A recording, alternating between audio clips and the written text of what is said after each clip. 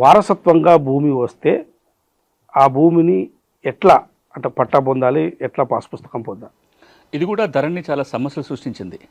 మీకు వారసత్వంగా భూమి వస్తే అంటే పట్టదారు చనిపోతే భూమి రావచ్చు, లేదా పట్టదారు వీలునామా రాసిపోతే వీలునామా ద్వారా భూమి రావాలి. ఇట్లా ఏ పద్ధతిలో వచ్చినా ధరణి చట్టం ఏమంటుండేనంటే వారసులు ఒక స్టేట్మెంట్, జాయింట్ స్టేట్మెంట్ రాసుకొని ఎకరానికి 2500 మ్యూటేషన్ ఫీ కడితే డే టు టైం వస్తుంది. ఆ రోజున తహసీల్దార్ దగ్గరికి పోతే తహసీల్దారు మ్యూటేషన్ చేసేస్తాడు రికార్డు చూసుకొని. విచారణ చేసే అధికారం తహసీల్దార్కి లేదు. దీనివల్ల రాష్ట్ర వ్యాప్తంగా చాలా చిక్కులు వచ్చినాయి. ఉదాహరణకి ఓ పట్టదారు చనిపోయిండు, ఆయనకు 4 పిల్లలు ఉన్నారు, 2 ఊర్లో ఉంటున్నారు, 2 హైదరాబాద్లోనో దుబాయ్లోనో ఉన్నారు. ఈ ఊళ్ళో ఉన్న 2 మేమే వారసులమని చెప్పి ఓ స్టేట్మెంట్ రాసుకొని పోయి మాకు చెరి సగం వాటాను రాసుకొని పోతే కూడా మ్యూటేషన్ అయిపోయింది. ఎందుకంటే వారసులు ఎవరో ఎంక్వైరీ చేసే అధికారం తహసీల్దార్కి లేదు కాబట్టి. ఇట్లాంటి చిక్కులు రాకుండా ఉండాలి అంటే వారసుల వీళ్ళేనా, వీళ్ళ వారసుల మధ్యలో ఉన్న వివాదం ఉందా, ఆడపిల్లలు కూడా వాళ్ళకి హక్కు ఉంటుంది, అది కూడా విచారణ జరగాలి. ఇవన్నీ చేయాలి అంటే ధరణి చట్టంలో తహసీల్దార్కి అధికారం లేకపోవటం వల్ల ఇబ్బందులు వస్తున్నాయి గుర్తుపెట్టుకొని.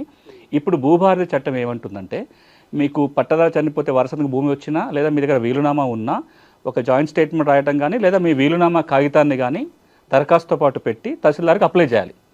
తహసీల్దార్కి అప్లై చేయగానే వెంటనే మ్యూటేషన్ జరగదు.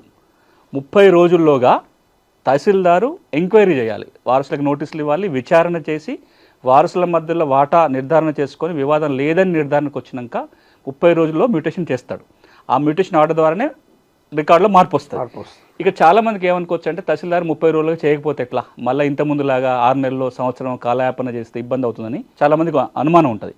దీన్ని నివృత్తి చేయడం కోసం భూభారతి చట్టం ఏమంటుందంటే 30 రోజుల్లోగా కనుక తహసీల్దార్ మ్యూటేషన్ చేయకపోతే 31వ రోజు మీ దరఖాస్తులో ఏ విధంగా మీ వాటాల పంపిణీ అడిగారో ఆ మేరకు కంప్యూటర్ మ్యూటేషన్ చేసేస్తుంది. ఇది ఆటో మ్యూటేషన్ అంటాం. సో మీకు పాస్బుక్ వచ్చేస్తుంది. కానీ ఒక మండలంలో కనుక ఎక్కువ ఆటో మ్యూటేషన్ జరిగితే రెవెన్యూ అధికారులు వాళ్ళు రివ్యూ చేస్తారు, తహసీల్దార్ మీద చర్యలు తీసుకోవడానికి కూడా ఉంటుంది ఆటో మ్యూటేషన్ చేయకుండా. సో ఇదేమవుతుంది, వారసత్వంగా భూమి వస్తే విచారణ చేసి నిజమైన వారసులకి వాళ్ళ హక్కుల మేరకు మ్యూటేషన్ చేసే విధంగా సెక్షన్ 7 భూభారతి చట్టంలో పొందుపరిచారు. సో మొత్తం ఓవరాల్గా విచారణ జరగాల్సిందే వారసత్వం అనేది. ఇప్పుడు మీకు రిజిస్ట్రేషన్ జరిగినప్పుడైతే విచారణ లేదు, అప్పటికప్పుడే జరిగిపోతుంది. వారసత్వంగా భూమి వచ్చినప్పుడు మాత్రం స్థానికంగా విచారణ చేసిన తర్వాతనే మ్యూటేషన్.